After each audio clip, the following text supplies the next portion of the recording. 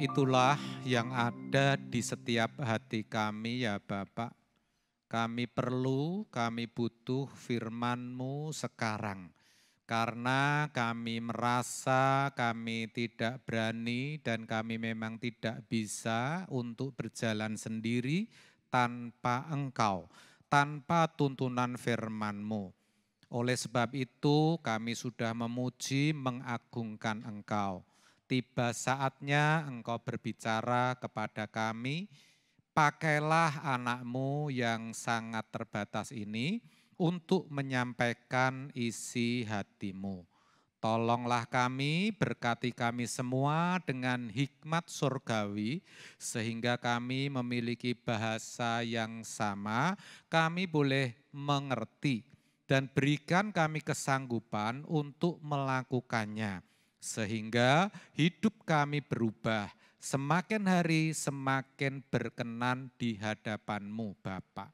Terima kasih, berbicaralah dan biarlah semuanya untuk hormat, kemuliaan, dan keagungan-Mu saja. Di dalam nama Yesus, kami siap untuk menjadi pendengar dan pelaku firman-Mu. Di dalam nama Yesus, amin, amin. Silahkan duduk Bapak Ibu Saudara yang dikasihi Tuhan. Shalom Bapak Ibu Saudara, puji Tuhan kita bisa jumpa kembali dalam ibadah bersama ya.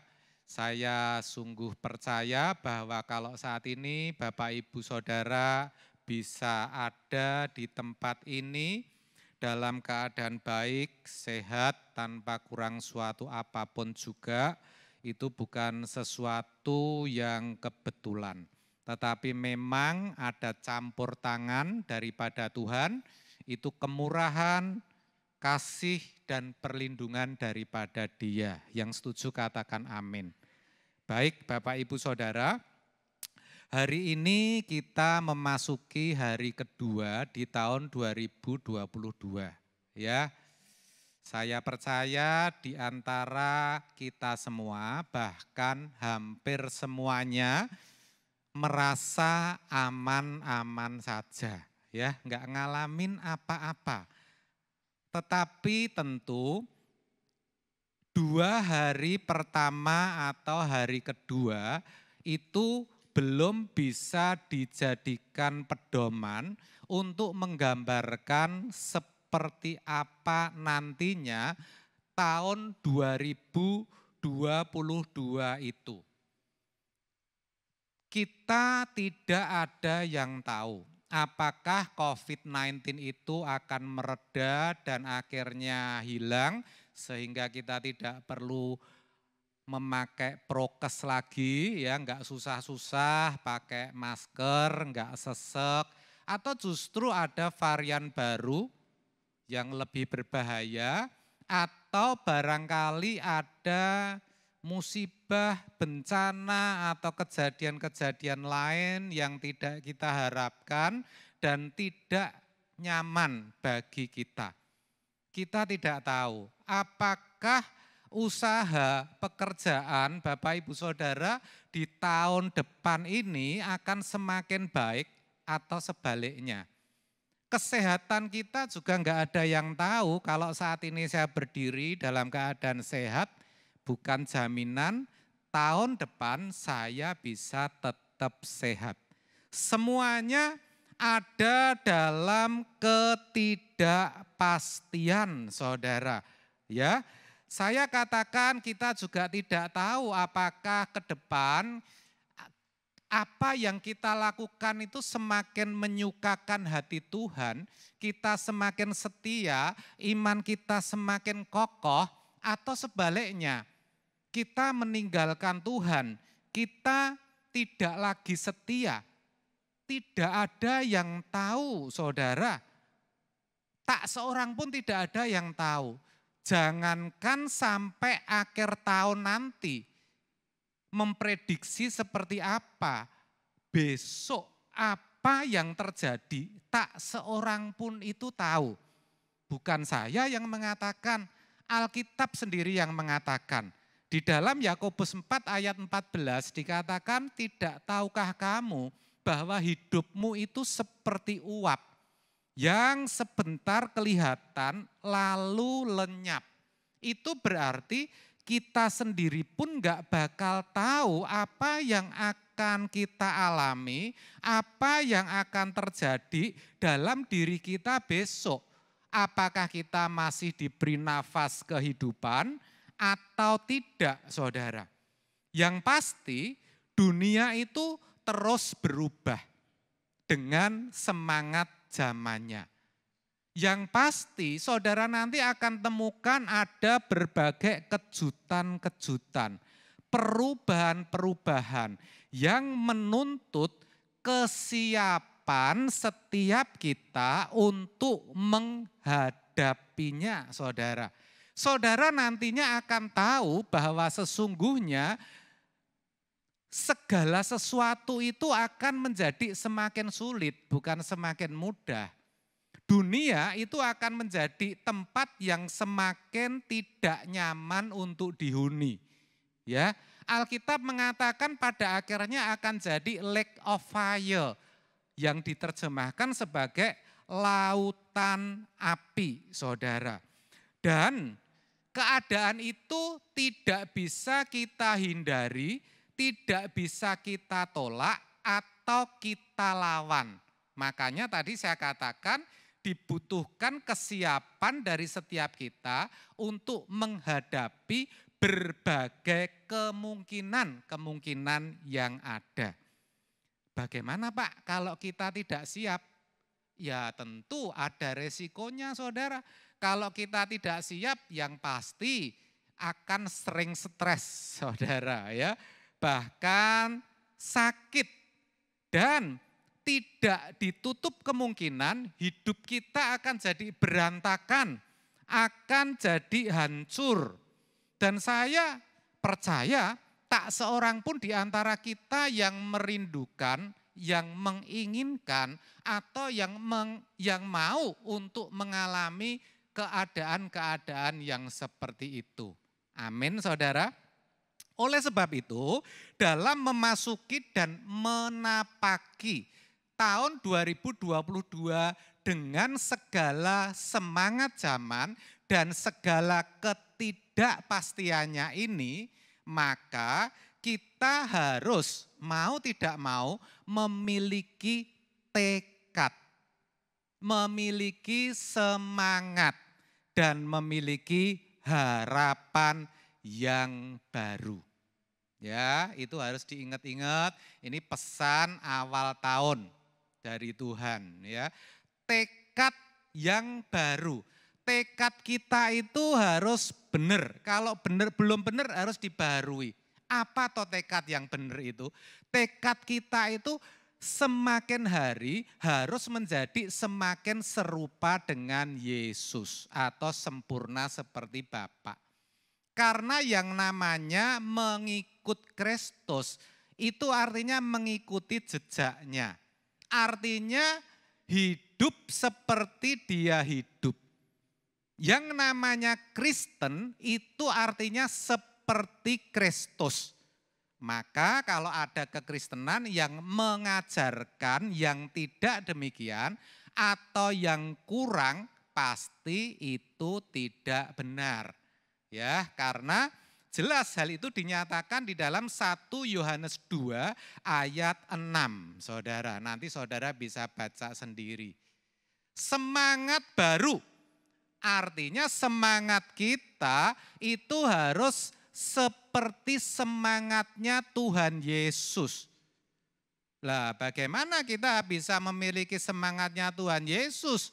Bagaimana kita bisa memiliki roh Kristus? Ya, mau tidak mau kita harus melatih diri untuk mengenakan pikiran dan perasaannya. Itu ditulis di dalam Filipi 2 ayat yang kelima, saudara. Lalu harapan yang baru. Harapan kita itu harus kita perbarui, harapan kita itu jangan sampai meleset lagi. Seperti hari-hari, minggu, bulan, tahun yang sudah kita lalui. Kita harus benar-benar tahu yang kita nanti-nantikan itu apa. Namanya harapan itu kan yang dinantikan. Dengan kata lain, tujuan hidup kita itu apa? Sebagai orang Kristen kita harus tahu. Saudara, saya kasih tahu ya, tujuan kita satu-satunya itu hanya langit baru dan bumi baru. Ya, itu bagian kekal. Itu yang kita nanti-nantikan. Itu juga bukan saya yang ngomong.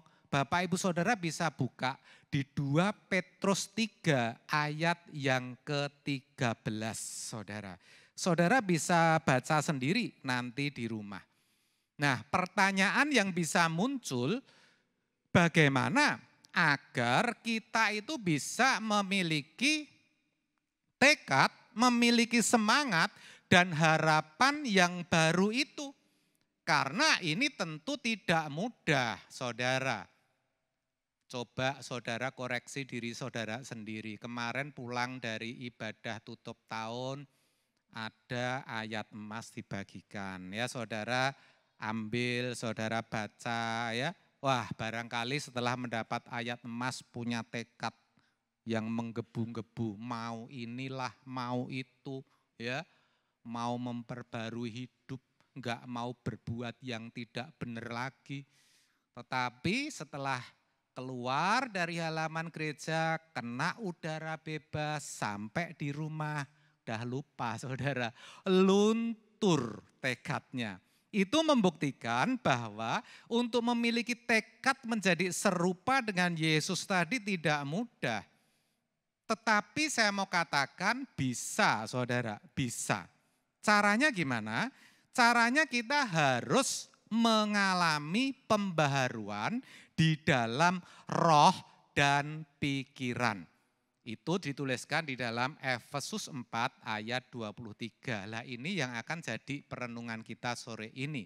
Di mana dikatakan dengan jelas dan tegas supaya.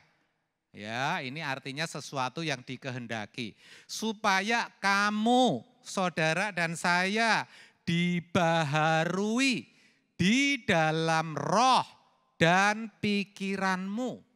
Ini loh yang nanti menjadikan kita kuat. Ini loh yang nanti akan menjadikan kita sanggup dalam menapaki, dalam menghadapi berbagai kemungkinan di tahun 2022, saudara. Amin, saudara. Iya, ya. Kenapa pertanyaannya? Roh, R-nya kecil, jadi roh di dalam diri kita, roh masing-masing kita harus dibaharui. Kenapa? Jawabnya sederhana, karena roh kita itu sejatinya tidak atau belum bisa berjalan seirama dengan Roh Kudus yang ada di dalam diri kita. Dengan kalimat lain yang gampang dimengerti, sejatinya hidup kita itu belum dipimpin oleh Roh Kudus. Meskipun kita itu sudah pergi ke gereja, bahkan jadi orang Kristen itu lama, ada yang sejak lahir. Tetapi saya ragu, ya saudara bisa koreksi diri saudara sendiri. Hidupku ini sudah dipimpin oleh Roh Kudus belum ya? Nah sepertinya sih kalau saya mengakui saya sendiri juga belum sepenuhnya. Masih dalam proses saudara. Ya. Lalu pikiran, kenapa pikiran ini juga harus dibaharui? Nah, karena kita itu berdosa, maka pikiran kita itu tidak lagi mengerti apa yang menjadi kehendak daripada Bapa. Pikiran kita itu tidak sama lagi dengan pikiran dan perasaan Allah, saudara. Makanya itu harus kita baharui. Nah, jadi yang harus dibaharui ada berapa, saudara? 2, roh dan pikiran. Pertanyaannya gini, mulainya dari mana Pak? Menurut saudara mulai dari roh atau mulai dari pikiran? Nah, saudara saya kasih tahu, dibaharui dalam roh dan pikiran itu diawali dengan pembaharuan pikiran. Pikiran terlebih dahulu yang harus kita baharui. Dibaharui oleh apa? Dibaharui oleh firman Allah. Pikiran kita itu selama ini sudah banyak dipenuhi, dijejali dengan pikiran-pikiran dunia. Pikiran-pikiran kita sendiri, hikmat manusia, saudara. Nah itu harus diganti, harus direfill. Diganti dengan apa? Pikiran Allah. Diganti dengan apa? Firman Allah. Sampai kapan? Sampai firman Allah itu mengkarakter di dalam hidup kita. Perhatikan, sampai firman Allah itu mengkarakter di dalam hidup kita. Artinya apa? Firman Allah itu menjadi karakter, menjadi watak dalam diri kita. Saudara bisa ngerti yang saya maksud? Itu berarti kalau firman itu sudah mengkarakter, maka ya bukan hanya tutur kata, perbuatan dan sikap hidup kita yang berbeda, tapi arah hidup kita sudah berbeda. Watak yang dikatakan tidak bisa diobati tapi watuk iso diobati itu tidak berlaku. Watak kita itu bisa dibaharui. Nah, ketika ya pikiran kita sudah mengkarakter, roh ini ngikutin, otomatis roh ini ngikutin, saudara. Roh atau hati nurani kita ini akan bisa berjalan seirama, sejalan dengan roh Allah yang ada di dalam diri kita. Bisa satu frekuensi, bisa satu track kalau balapan, saudara. Sehingga gampangnya hidup kita itu dipimpin oleh Roh Kudus. Jadi prosesnya itu seperti itu. Nah, sekarang kalau kita ngobrol-ngobrol, saudara, bicara tentang pembaharuan roh dan pikiran tadi kan sepertinya susah ya, saudara ya. Susah, ini ngomong apa ini Pak Bambang? Kok kayaknya sesuatu yang di awang-awang? Enggak, saudara. Sepertinya memang sulit, terkesan aneh, mustahil. Tetapi saya mau kasih tahu, itu bisa. Karena apa? Firman Tuhan itu ya dan amin. Saudara setuju? Taunya bagaimana? Kita baca ayat sebelumnya. Klik. Caranya bagaimana agar firman itu? Pertanyaan dulu. Bagaimana agar kita itu bisa memperbarui diri di dalam roh dan pikiran kita? Atau dengan kata lain, bagaimana agar firman itu benar-benar menjadi karakter di dalam diri kita. Kita baca ayat sebelumnya. Efesus 4 ayat 22. Saya bacakan ya. Yaitu bahwa kamu berhubung dengan kehidupan kamu yang dahulu. Artinya sebelum saudara mengenal Injil, saudara. Harus menanggalkan manusia lama. Jadi kehidupan kamu yang dahulu itu kata lainnya itu manusia lama, saudara. Manusia lama itu harus ditanggalkan. Kenapa? Karena di sini dikatakan yang menemui kebinasaan oleh nafsunya yang menyesatkan. Artinya kalau manusia lama, hidup lama kita itu kita ikutin terus, kita jalanin terus, itu sama halnya kita sedang berjalan menuju kepada kebinasaan kekal. Kok begitu Pak?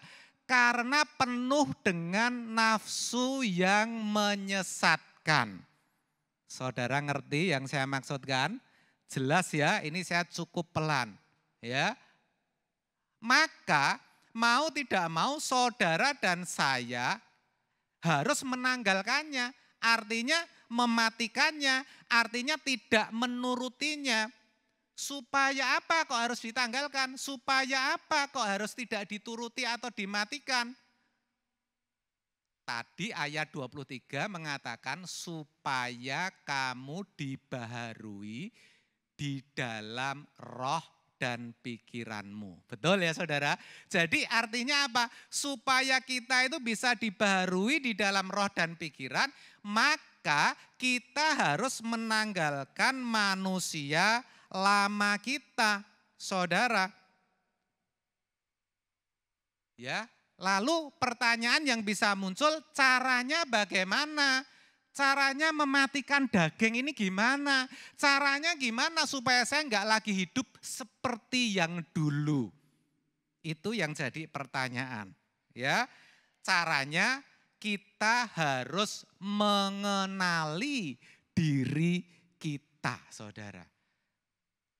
Perhatikan, kita harus mengenali diri kita. Saudara mungkin kan bertanya-tanya, loh maksudnya gimana Pak? Mosok saya tidak kenal dengan diri saya sendiri. Kenyataannya gitu saudara. Kebanyakan dari kita bahkan hampir kita semua itu tidak mengenal keadaan diri kita sendiri itu kita enggak kenal saudara. Ya, nah makanya harus kita kenali. Di dalam Efesus 5 ayat 15 dikatakan begini. Karena itu perhatikanlah dengan seksama. Maksudnya dengan serius, jangan main-main. Dengan sungguh-sungguh. Bagaimana kamu hidup. Jangan seperti orang bebal, tetapi seperti orang arif. Bagaimana kamu hidup.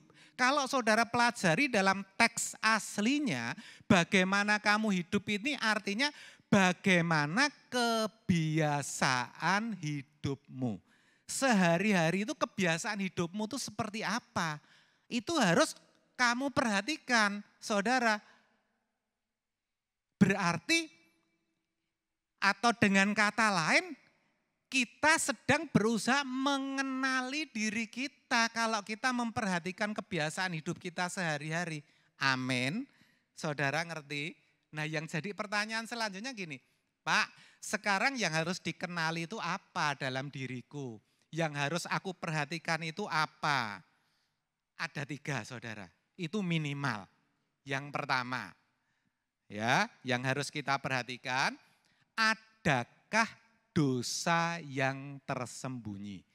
Namanya dosa tersembunyi itu tidak ada yang tahu, tapi kita melakukan. Atau sengaja kita sembunyikan.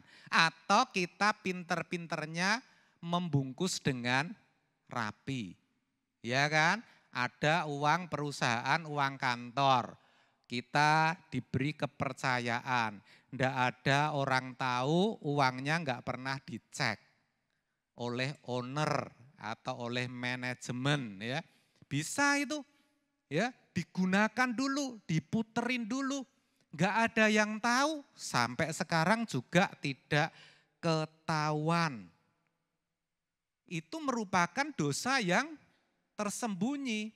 Barangkali ada yang dulu pernah karena tidak menginginkan anak, kok hamil saudara. Berusaha untuk menggugurkan. Saya tanya, ada yang tahu enggak? Anaknya kira-kira ngerti enggak? Belum tentu, barangkali enggak tahu. Tapi disimpan terus sampai sekarang. Dosa tersembunyi, saudara. Benar saudara? Iya kan? Ada enggak yang kira-kira punya simpanan, deposito, bukan deposito uang, deposito orang saudara ya. Punya will atau punya pel gitu. Bisa loh kalau nyimpennya rapi enggak ketahuan saudara. Benar enggak saudara? Oh itu bahaya ya. Kelihatannya ya, wah santun, tetapi kalau di rumah dengan orang tua karena sudah tua dan merepotkan ya, ngeluh ini ngeluh itu, minta ini minta itu, tindakan kita, perbuatan kita enggak senonoh, kata-kata kita kasar, iya kan? Kemudian barangkali tindakan kita juga menyakitkan, karena tinggalnya cuman enggak ada orang lain, enggak ada juga yang tahu saudara, benar enggak saudara? Oh itu bahaya saudara, hal-hal semacam itu. Nah, itu harus kita perhatikan. Kita harus kenali, ada enggak di dalam diri kita dosa yang tersembunyi. Karena Tuhan tidak menghendaki demikian. Coba kita buka 2 Korintus 4 ayat 2 bagian A. Tetapi kami menolak segala perbuatan tersembunyi yang memalukan. Artinya jangan ada dosa tersembunyi di dalam diri kita, saudara. Kalau ada segera kenali, segera selesaikan dengan Tuhan, minta ampun kepada Dia. Percayalah, kalau saudara minta ampun, saudara awali dengan mengakui perbuatan dosa saudara, saudara minta ampun, Alkitab berkata Allah kita itu setia dan adil. Ya, Ia pasti mengampuni dan menyucikan kita dari berbagai kejahatan. Amin, saudara. Itu yang harus kita kenali yang pertama. Yang kedua apa? Adakah kesalahan yang tidak kita sadari? Nah, ini juga perlu kita selesaikan, kita kenali. Dalam Yeremia 17 ya, ayat yang ke-9 dikatakan, betapa liciknya hati, lebih licik daripada segala sesuatu. Hatinya sudah membatu, siapakah yang dapat mengetahuinya? Kesalahan yang tidak disadari itu diantaranya tentang kelicikan, kepicikan, kepalsuan, saudara. Itu kadang-kadang kita enggak sadar kalau di dalam diri kita itu ada. Hati kita itu picik, hati kita itu licik, saudara. Kalau yang nampak gampang, biasa orang ada yang suka ngomongnya sembarangan. Sehingga enggak terasa ketika ngomong sejatinya itu melukai dan menyakiti hati orang lain. Padahal tidak bermaksud demikian. Saya percaya saudara pernah mengalami hal itu. Amin, saudara. Nah, itu namanya apa? Kesalahan yang tidak disadari. Ya. Kepalsuan.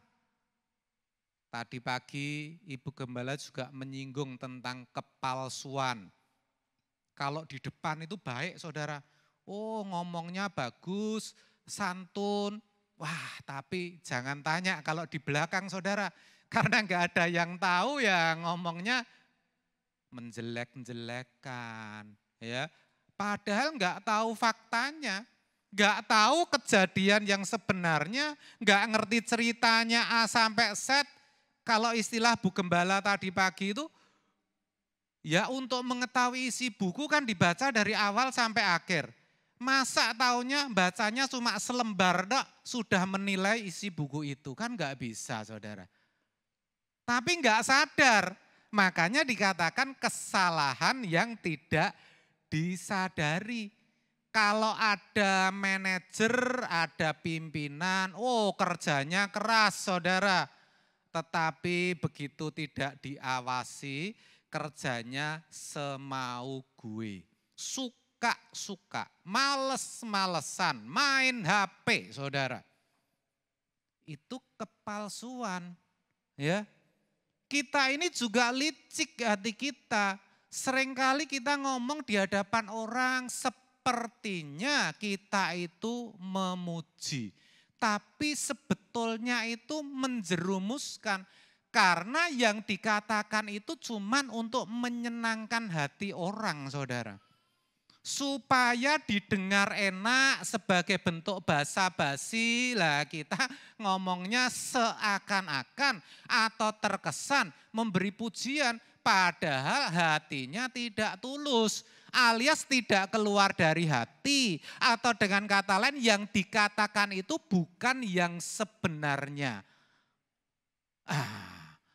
Kita semua saudara, ya saudara harus menyadari semua, saya, saudara, semua itu hatinya licik, saudara. Ya, nah ini harus kita kenali, ini harus kita kikis, ini harus kita perkarakan, saudara. Kalau kita nggak perkarakan, nggak berusaha mengenali, ya nggak pernah tahu. Picik, ya. Sepertinya kita menolong orang lain, tetapi sejatinya di balik itu ada agenda khusus. Entah itu supaya dianggap pinter, dianggap baik, atau mencari pujian, saudara. Supaya dipuji. Kalau dipuji kan pakai kata-kata. Yang lebih halus lagi, pengen dikagumi, saudara.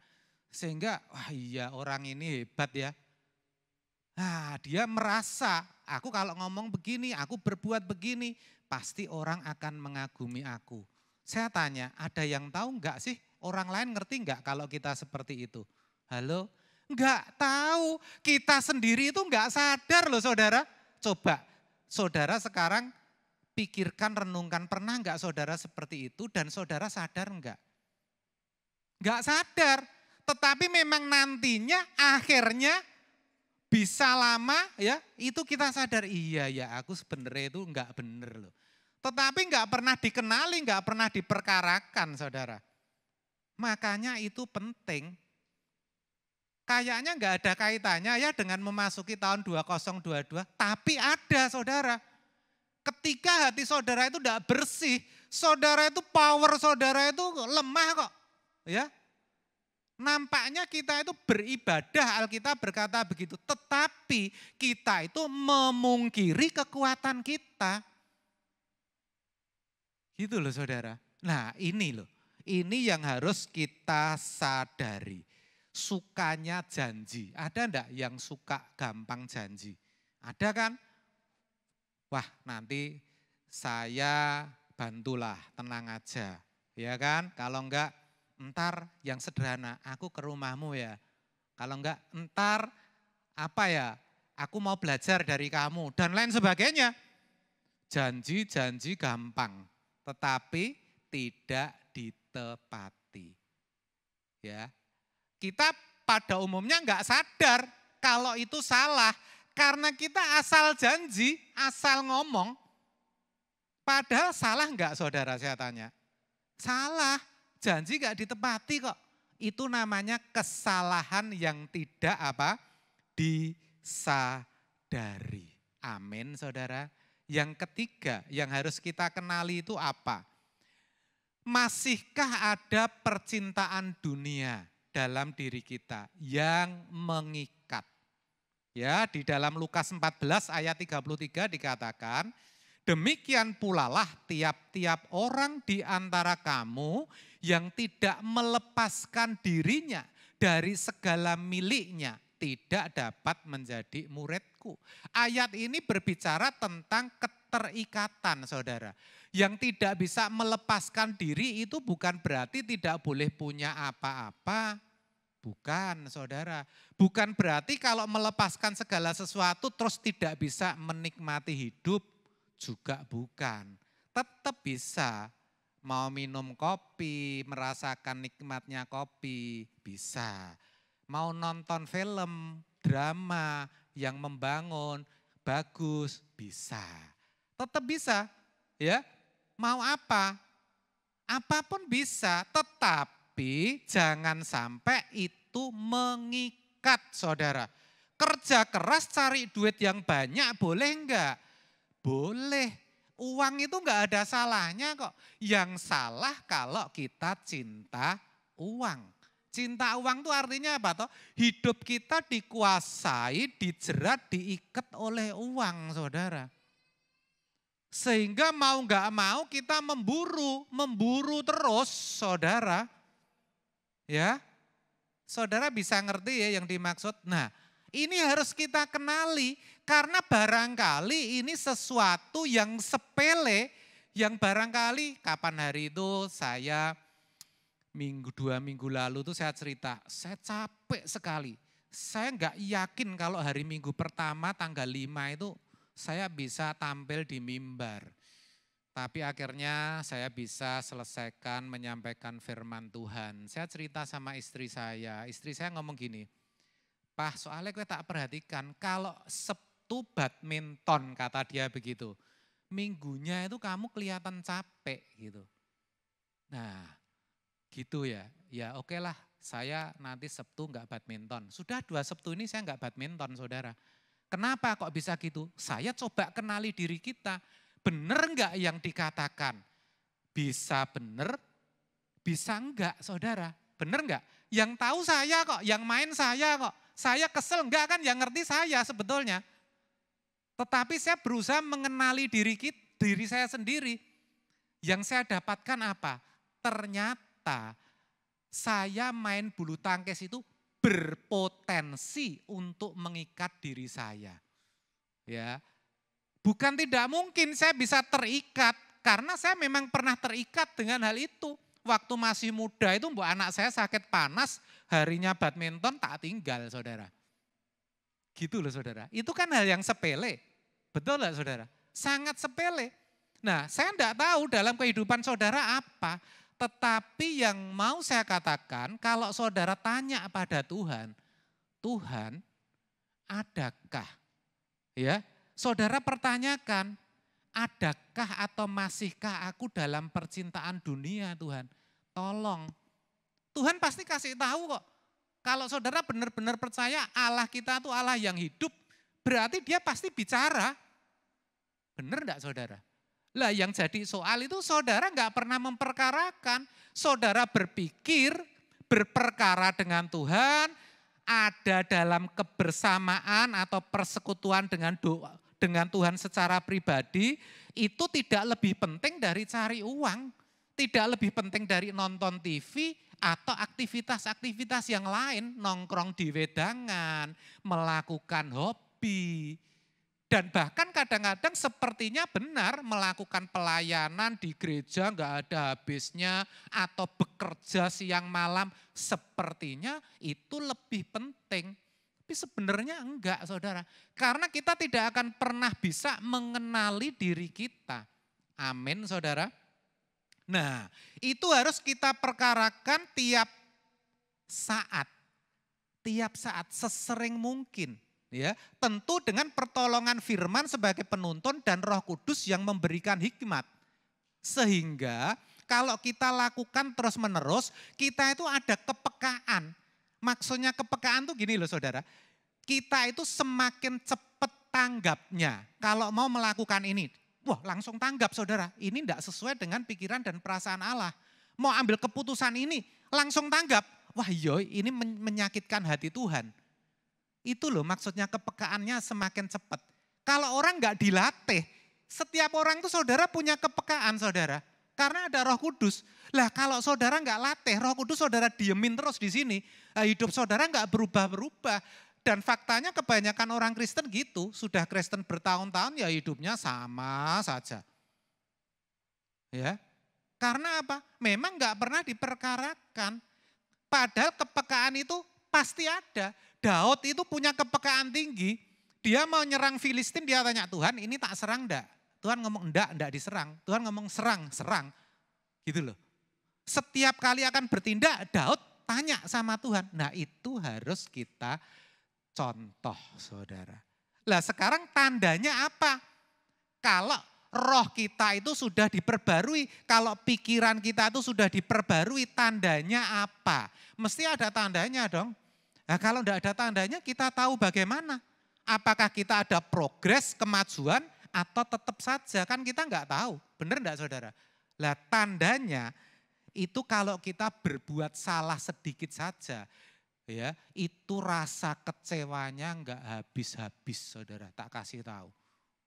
Ya, kalau saudara berbuat salah sedikit mempermalukan Tuhan atau menyakiti hati Tuhan itu, wah bahasa Jawanya gelone ra ilang-ilang saudara. Tetapi sebaliknya ada orang-orang tertentu itu yang salahnya melesetnya besar sekali. Itu enggak kerasa apa-apa, kebal saudara. Ada yang seperti itu. Tapi kalau kita itu dibaharui di dalam pikiran dan roh kita. Tadi pikiran kita sudah dipenuhi firman, roh kita ngikutin seirama dengan Roh Kudus, kita salah sedikit gitu gelonya enggak habis-habis. Kecewanya sangat mendalam, bahasanya begitu.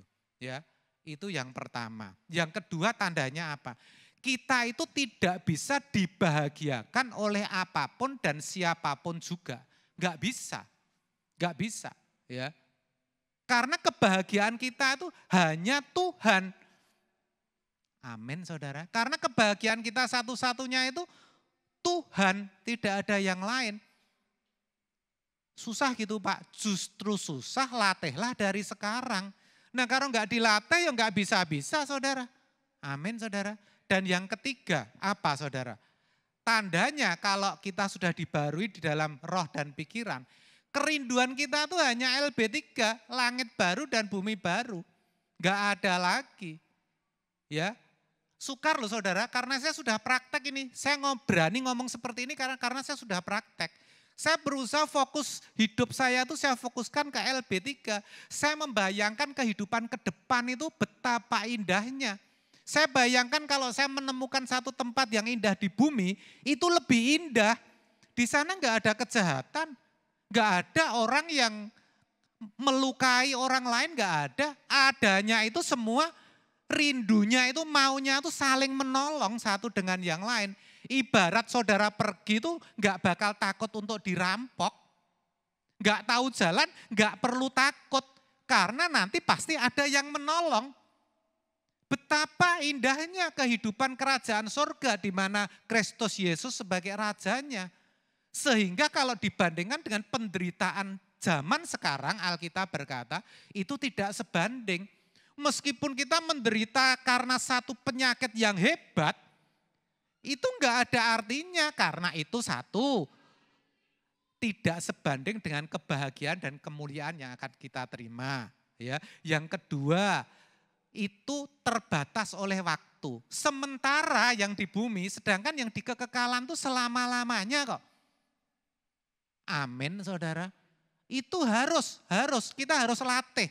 Ya kita kerinduannya harus tetap ke sana. Kalau kita bekerja untuk apa? Supaya kita sampai sana, bukan enggak boleh kerja. Saya enggak pernah mengajarkan dan saya enggak pernah anti yang namanya berkat kok saudara.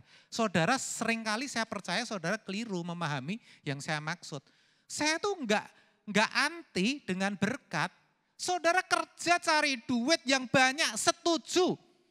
Tetapi semuanya itu demi saudara itu bisa sampai LB3, kan percuma. Saudara mendapatkan seluruh isi dunia tapi kehilangan nyawa, Alkitab berkata begitu.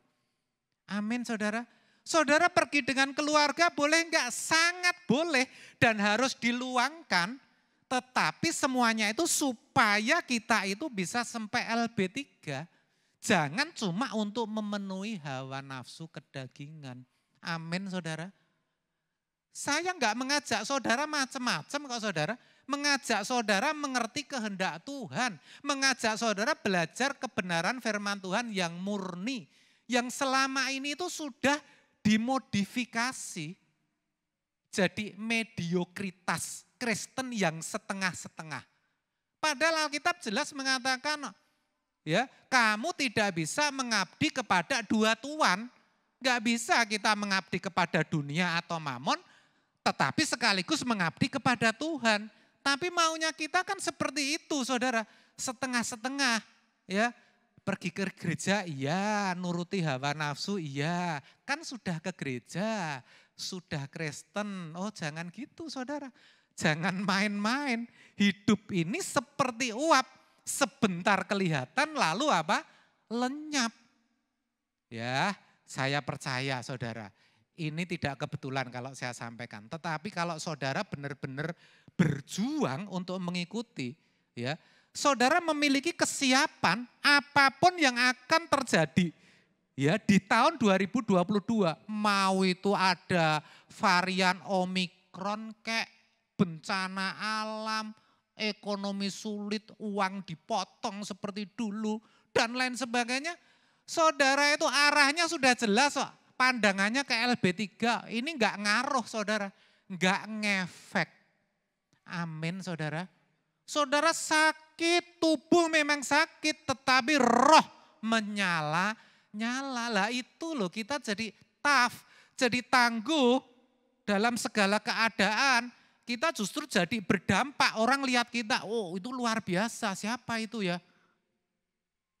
Amin. Orang bisa melihat Kristus di dalam diri kita. Ya, saya kira itu pesan firman Tuhan hari ini yang bisa saya sampaikan. Kiranya boleh memberkati kita semua. Ya, saya ajak kita sama-sama maju ya saudara, supaya kita semakin dewasa dan berkenan di hadapan Tuhan.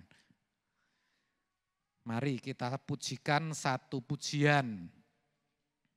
Ya Bapa, beri aku mengerti. Ya, coba saudara pahami benar lagu ini, coba saudara praktekkan ya. Mari kita pujikan, teksnya bisa ditampilkan. C ya.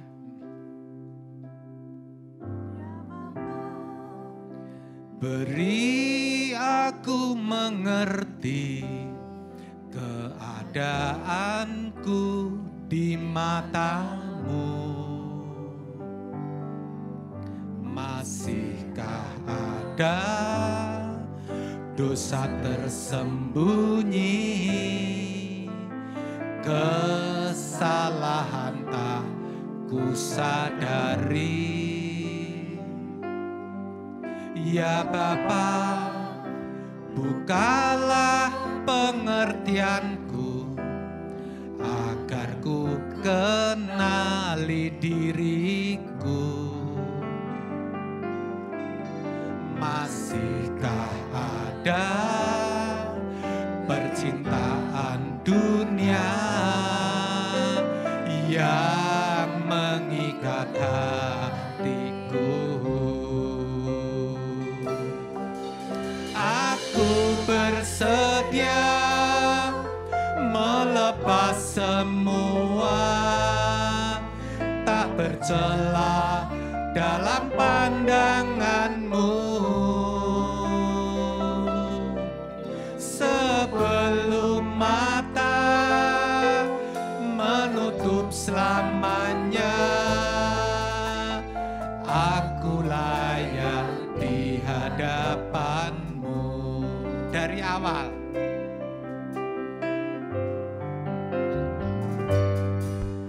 Ya Bapa, beri aku mengerti keadaanku di matamu. Masihkah ada dosa tersembunyi, kesalahan tak ku sadari. Ya Bapa, bukalah pengertianku agar ku kenali diriku. Masihkah ada percintaan dunia yang mengikat hatiku? Aku bersedia melepas semua, tak bercela dalam pandanganmu. Sebelum mata menutup selamanya, aku layak di hadapanmu. Saya undang saudara bisa bangkit berdiri. Kita pujikan dari awal lagi. Ya Bapa, beri aku mengerti keadaanku di matamu. Masihkah ada dosa tersembunyi, kesalahan tak ku sadari. Ya Bapa, bukalah pengertianku agar ku kenali diriku. Masih percintaan dunia yang mengikat hatiku. Dari awal lagi. Ya Bapa, beri aku mengerti keadaanku di matamu. Masihkah ada dosa tersembunyi, kesalahan tak ku sadari. Ya Bapa, bukalah pengertianku agar ku kenali diriku.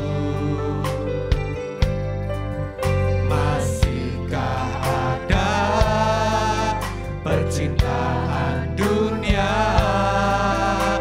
yang mengikat hatiku. Katakan, aku bersedia. Angkat tanganmu. Bersedia melepas semua, tak bercela dalam pandanganmu. Sebelum mata menutup selamanya, aku layak di hadapan. Aku bersedia. Saya minta petugas perjamuan kudus bisa maju ke depan. Tak bercela dalam pandanganmu. Sebelum mata menutup selamanya, aku layak di hadapan. Sekali lagi, aku bersedia. Aku bersedia melepas semua, tak bercela dalam pandanganmu. Amin, amin. Sebelum mata menutup selamanya, aku layak di hadapan. Sebelum mata menutup selamanya, aku layak di hadapan. Sebelum mata menutup selamanya, aku layak di hadapanmu.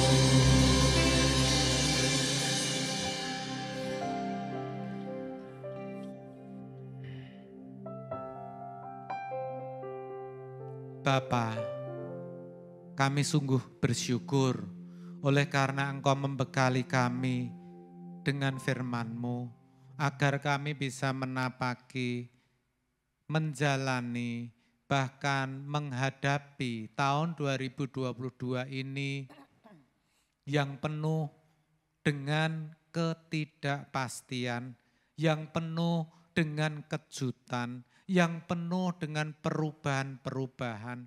Bahkan barangkali ada sesuatu yang baru yang belum pernah kami rasakan dan kami alami di dalam hidup ini.